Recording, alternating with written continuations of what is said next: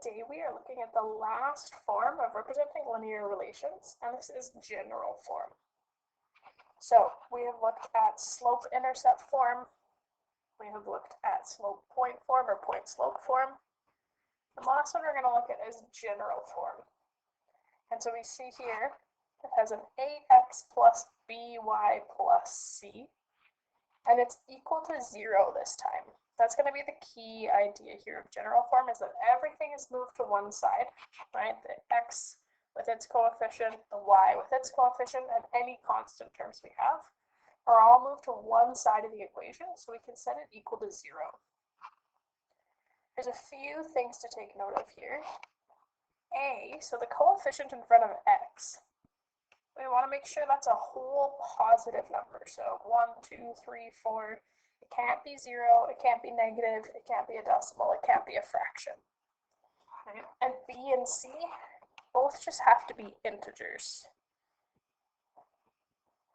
So again, no fractions here, but they can be positive or they can be negative. When we write in general form, it helps us in two ways. First thing we can do, so we can really easily identify our x and y intercepts, right? Where do we hit the x-axis? Where do we hit the y-axis? We're also going to use it a lot when we get to RF6. General form is really helpful when we're solving systems, when we're dealing with more than one linear equation. We can also, again, convert from slope-intercept form and point-slope form into general form. Right, these are all just different ways that we could express the exact same equation. When we're in slope-intercept form, right, again, we want to make sure that we're seeing that everything moved to one side. So here, we want this equal to 0. I'm going to move the y from the left side to the right. Right, I'm going to subtract y on the left. When I take y minus y, all I'm left with is 0.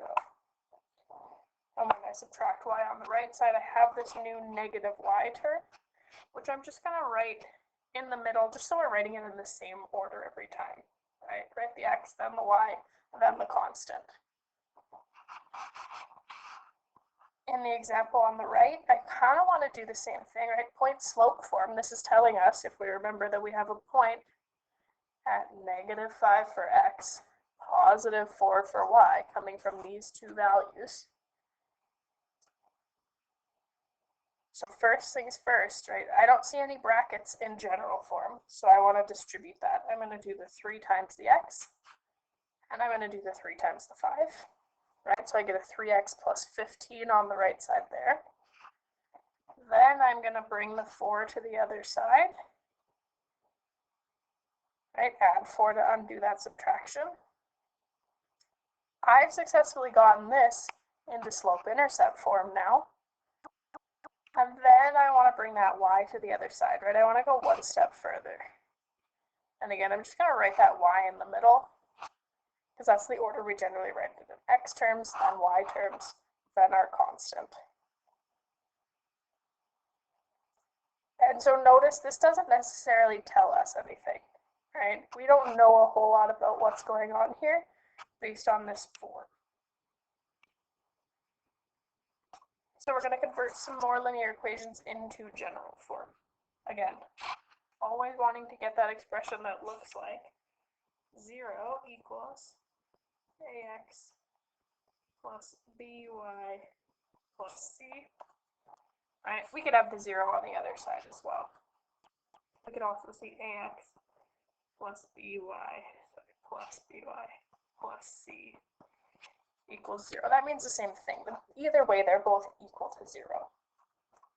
So for this first one, right, get everything on one side. I could move the 2x and the 8 to the other side, but that means I'm moving more things, giving myself some unnecessary hassle. I'm going to subtract y from both sides. I get a 2x minus y. Again, I can write that minus wherever I want. I could also do minus 8 minus y. So I'm going to put that y in the middle. When I'm looking at the next one, So now is the situation where I want to look and say, I need, if we remember, I need my A value. I need the coefficient on X. We want that to be positive. Right? We said that it had to have a whole number for our A value, our whole number for our coefficient in front of X. Right? A had to be positive. So in this case, I could move the Y over, but then I'd have to change every value. This is a situation where I want to move things to the left side instead. Because when I add 3x to both sides, I now have a 3x plus y on the left side. And then I'm going to subtract 2 from both sides. I have a 3x plus y minus 2. And the main thing, keeping in mind that I needed that A value to be positive. B and C don't need to be positive, but A has to be positive. The X term has to be positive to make this work. So my suggestion would be move everything to the side where X will be positive. If X is already positive, like we see here, great, then keep it on that side. If X is negative, like we just saw in this case, then we'll move everything to the opposite side to make that X positive. So trying the fourth one, again, we see that X is positive on the right-hand side, so we're going to leave everything on the right. I'll move the Y to the right. I get 3/4 X minus Y plus 5. But we also said that that A value had to be a whole number.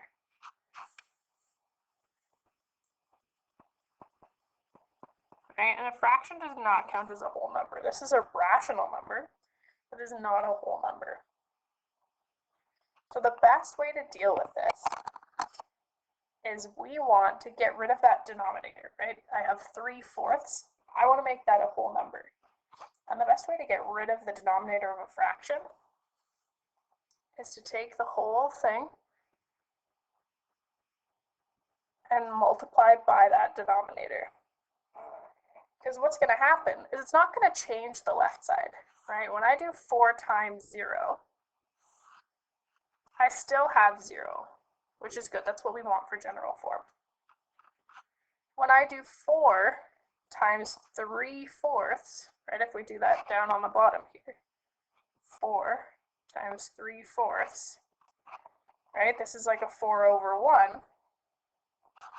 I get a 12/4, which just reduces to a 3. Essentially, these common factors, right, top and bottom, are undoing each other, which means that our denominator disappears. So all I'm left with here is a 3x. But again, I can't just change one single term of an equation. I have to multiply everything here by 4. So now I'm doing negative y times 4, and I get negative 4y. And I'm doing 5 times 4, and I get plus 20. So now this fits all of the requirements, right? I have equal to 0. I have a positive whole number coefficient on x.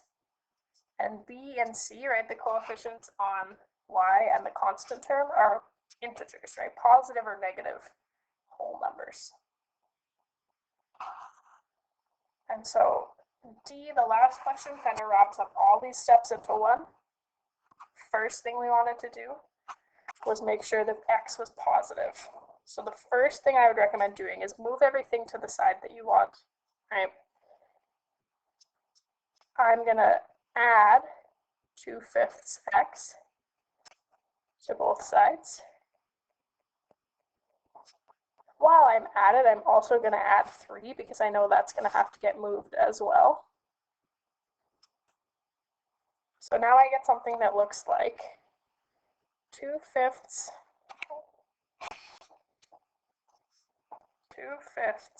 x plus y, because the y was already there and it was already positive, plus 3, because I moved that negative 3 to the other side, equals 0. Again, I want to now have a positive whole number in front of x. So I'm going to multiply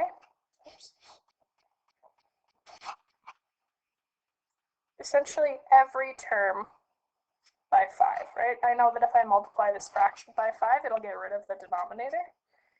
But I know that because I have an equation, and to say that things are still equal, I have to multiply every single term by 5.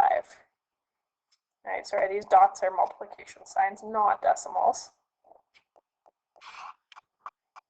So I get a 2x, right? 1/5 times 5, they cancel each other out. Plus, I had 1y, I multiplied it by 5, I have 5y's. Plus 15 equals 0. And then we have everything written in that general form with all of the requirements. So let's try the same with some point slope form. Right? Basically, point slope form requires us to get it into slope intercept form first, and then continue on.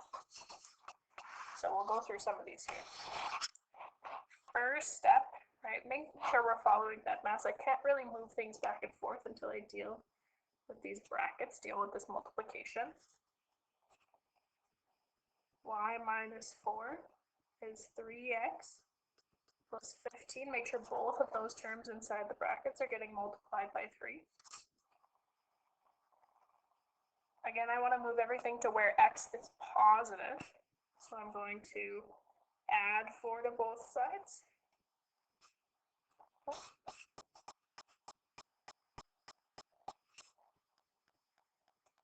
I'm also going to, while I'm here, subtract y from both sides, so that I'm left with a nice 0 on the left side. I have a 3x. I didn't add or subtract any x's, so that's not going to change.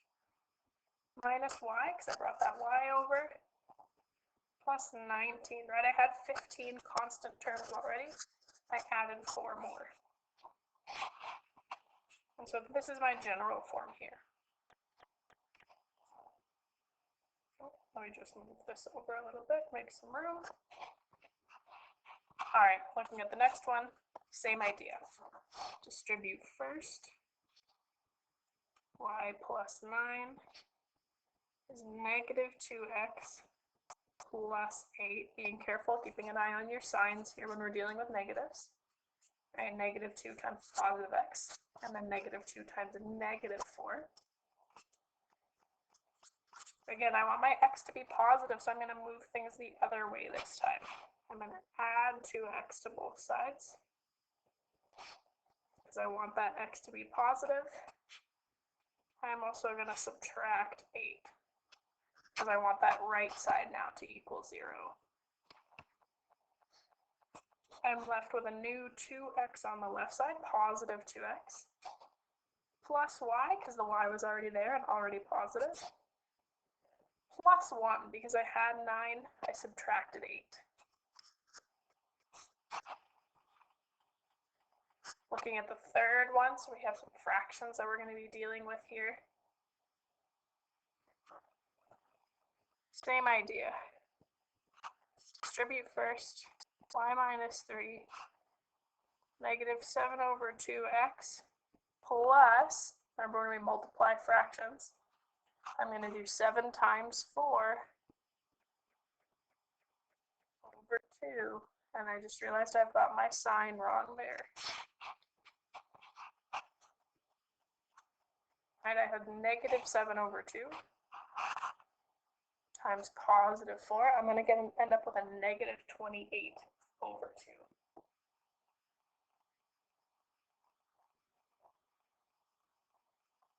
Now, move x to where it's positive. We can also simplify this constant term here. Let's do that first. Let's say this is y minus 3 is negative 7 over 2x minus, what is 28 over 2? Well, that's just 14, right? Half of 28. Now I'll move some things to the other side. So I'm going to add 7 over 2x. And I'm going to add 14 to both sides.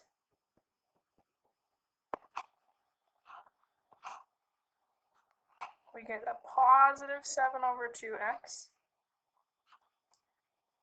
plus that y that was already there. And then we get a plus 11, right? We had a negative 3, but we added 14 to that. Now the last step, multiply every single term here by 2. Okay, to deal with that fraction, get rid of that fraction coefficient in front of x. That leaves me with a 7x, but that means everything's going to double. I have 2 y's, I have 22, and then 0 times 2 is still just 0.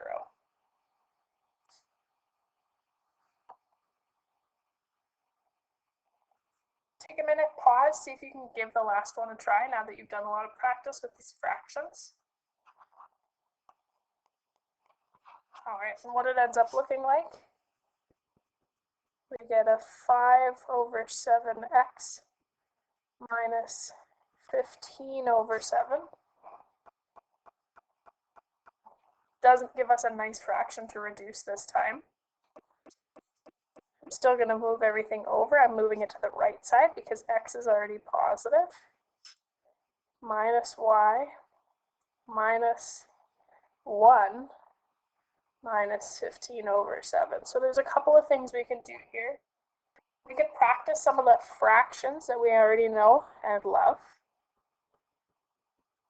You could say that, well, I know that negative 1 is the same thing as negative 7 over 7. That way I can combine those fractions. I can get a common denominator. So if I have negative 7 over 7 minus 15 over 7,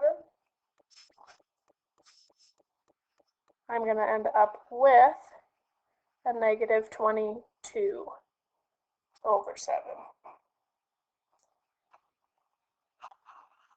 I'm going to multiply this whole thing by 7. Sorry, I'm running out of space here a little bit.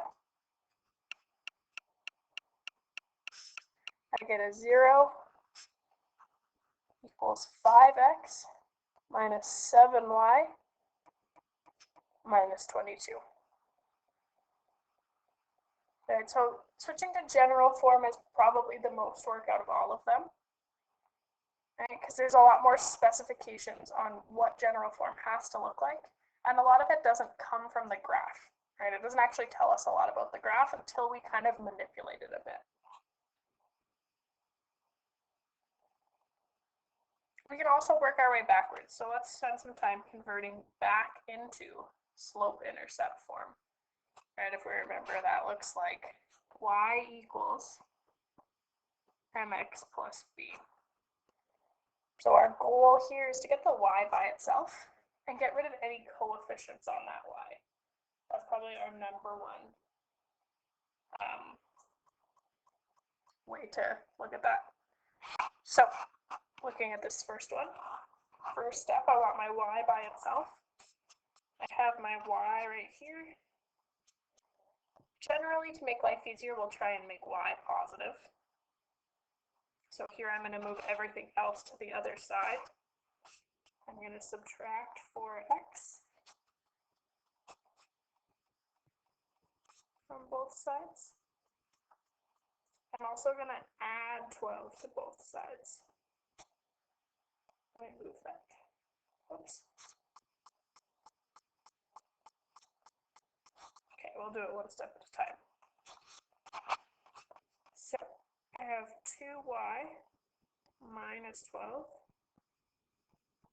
But I've just moved that 4x over. Notice the sign changes when it jumps across that equal sign.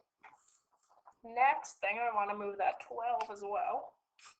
So I'm going to add 12 to both sides.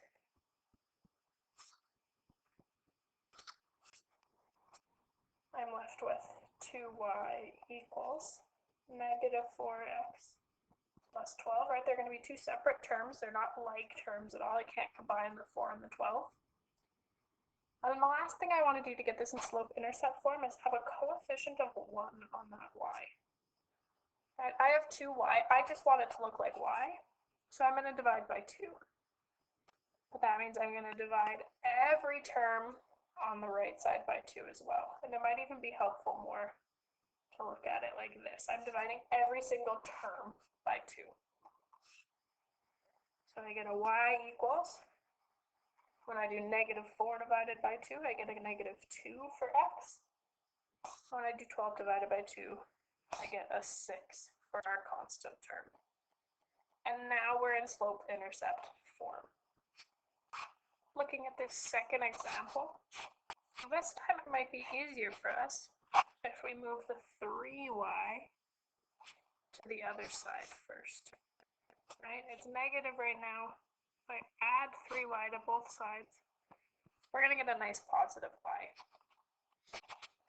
So I'm left with 15x plus 21 on the left equals 3y on the right. Again, I want this to look like just y. So I'm going to divide every term by 3. I have to be fair to every single term. I get a 5x, right? 15 divided by 3. I get a 7 for my constant. And 3 divided by 3 leaves me with 1y, which is just y. And again, notice the main difference. When we're looking at slope-intercept form, this tells us we have a slope of 5. This tells us we have a y-intercept at +7. General form doesn't tell us either of those things. It doesn't have that slope value anywhere, and it doesn't have a y-intercept value anywhere until we do a little bit of work with it. Looking at the next few examples. So we have same thing here. We can try the same strategy if you feel confident dividing by negative numbers. We can move the y term first this time. So I get 24x plus 14 equals -8y. You just want to make sure you're dealing with that negative. I need to divide every term now by -8. Which means that positive 24x is going to become a -3x, right? 24 divided by -8. The 14 over -8 does not give us a nice whole number, but we can still reduce that fraction, right? They're both even numbers. I can divide them both by 2. So I'm going to get a 7/4 as my reduced lowest term fraction. But because the denominator was negative, overall this is a negative term now.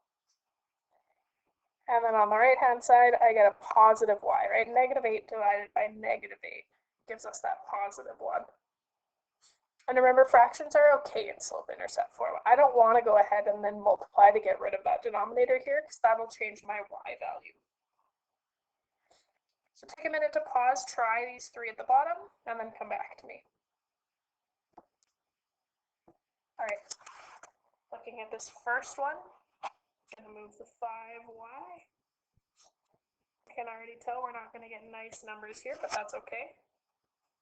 3x plus 4 equals 5y. And I divide every single term here by 5. I get a 3/5 x and a 4/5 for my constant, but that's okay, right? This is just telling me I have a rise of 3 for every run of 5, and I hit that y-axis at 4/5, right? Or whatever that decimal happens to be, 0.8. Moving on to the next one. I'm going to move a couple things around. For me, I'm going to move the 4x so that I only have to move 1. But you could move the 4y and then bring the 18 back to the other side.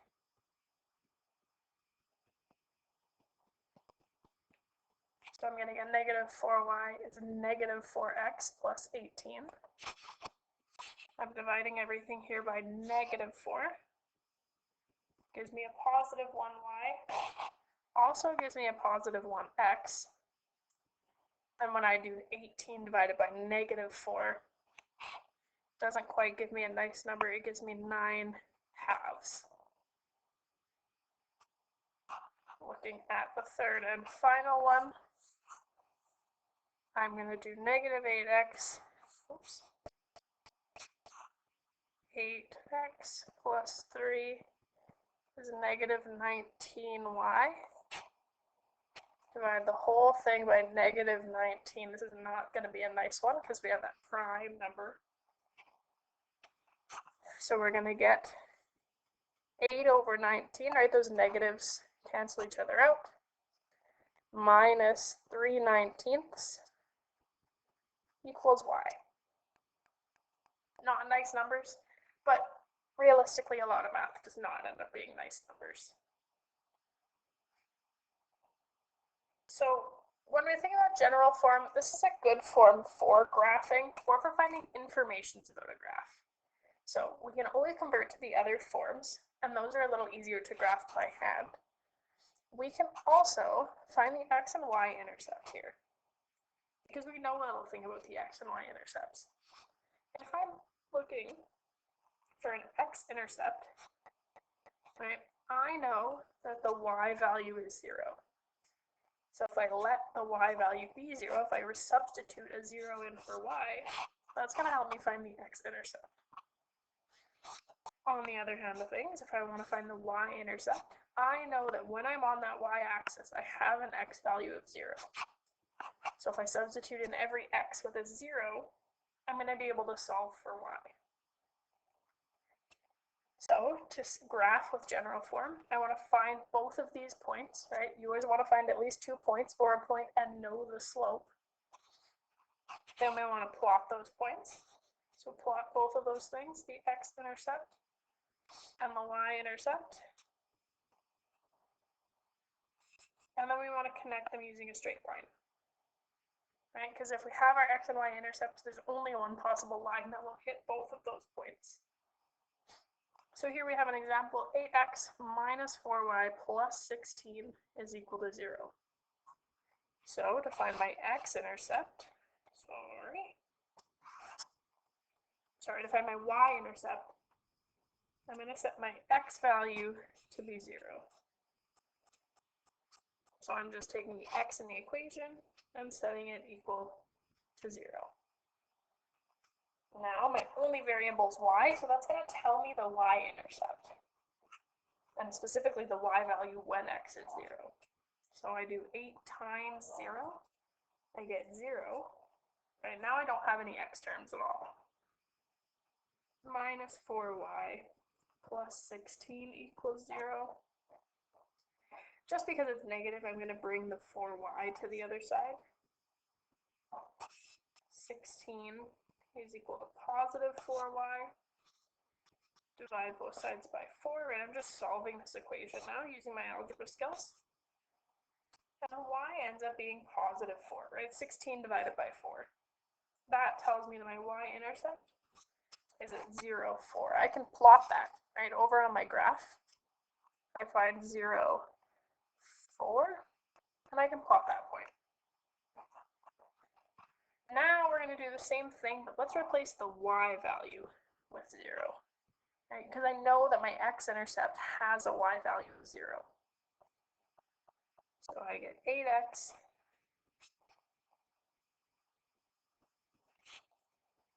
minus 0, right? 4 times 0 plus 16 is equal to 0. That y term, that middle term, disappears. I'm going to bring the 16 to the other side.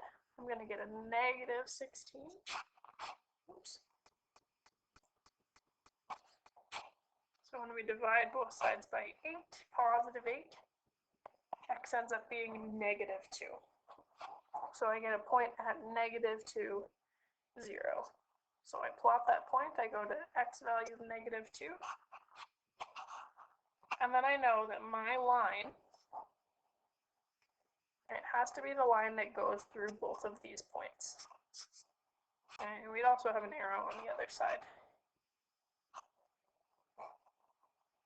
This is the only way I can hit both of those points. So now we know what our graph looks like.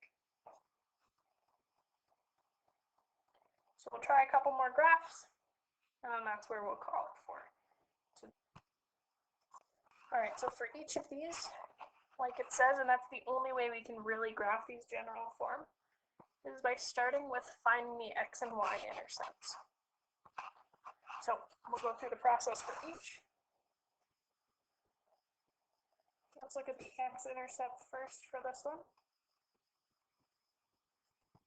Right, and remember that means that the y value is 0, not the x value. It just means that it's on the x-axis. It has not moved vertically at all. So I get x plus 0 plus 3. Right, substituting in 0 for y. Right, I'm finding my y, and I'm replacing it with what I know it to be. X plus 3 is 0, and so x is negative 3. So I can plot that point right along the x-axis. I'm then going to do the same thing with my y-intercept. This time I'm replacing the x value with 0. So I get 0 plus y plus 3 is equal to 0.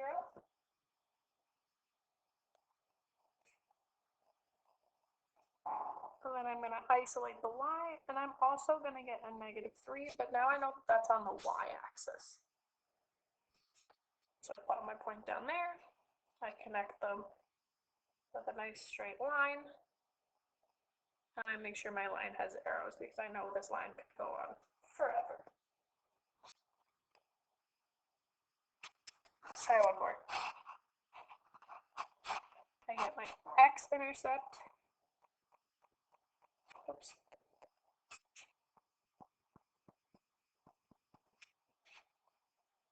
X minus 3 times 0 minus 3. I get an x, oops, minus 3 because that middle term just disappears. So this time I'm getting an x-intercept of positive 3. My y-intercept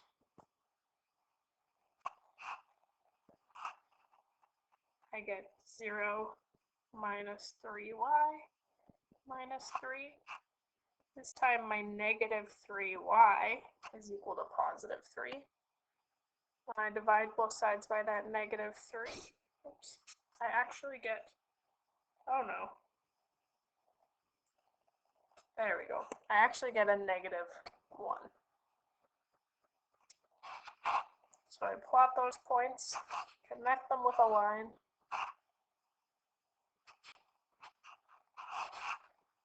and we're done there. Oops. There we go. All right, take a minute, pause, see if you can give the next 4 questions here a try. Come back and I'll have the answers ready for you. All right, so looking at number 3, we get an x-intercept of 1/2 and a y-intercept of positive 1.